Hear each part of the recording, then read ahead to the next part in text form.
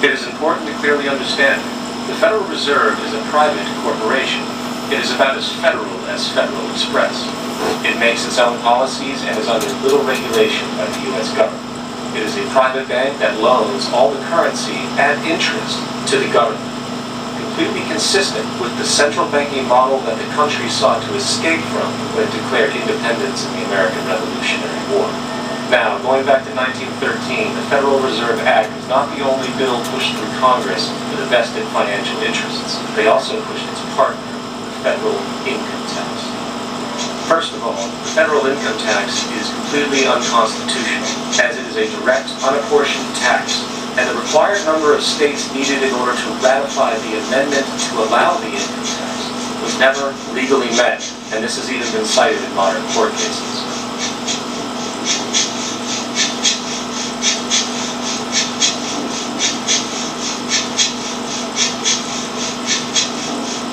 Second, at the present day, roughly 25% of the average worker's income is taken from the his tax. That means you work 3 months out of the year to fulfill this tax obligation. And where does that money go? Well, according to the Grace Commission report of the 1980s, 100% of what is collected is absorbed solely by interest on the federal debt and by federal government contributions to transfer payments. In other words, all individual income tax revenues are gone before 1 nickel is spent on the services which taxpayers expect from their government. Today, the money Americans make working 3 months out of the year is almost entirely interest fees charged to the debt-based fiat currency. The fact is, the federal income tax exists to feed the Federal Reserve federal government money machine, making sure the interest payments are always there. And third, even with the government claim as the legality of the income tax, there is evidently no clear statute, no law in existence that requires you to pay this tax. I really expected that, of course, there's a law that you can point to in the law book, the code, that requires you to file a tax return. Of course there is.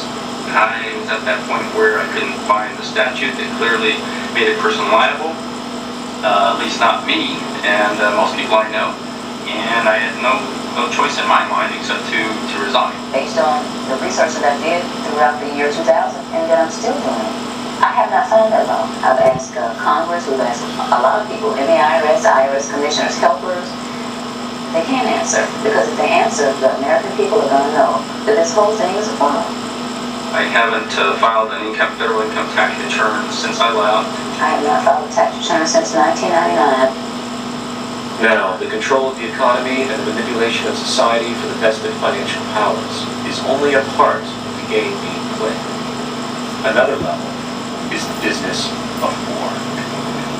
Since the inception of the Federal Reserve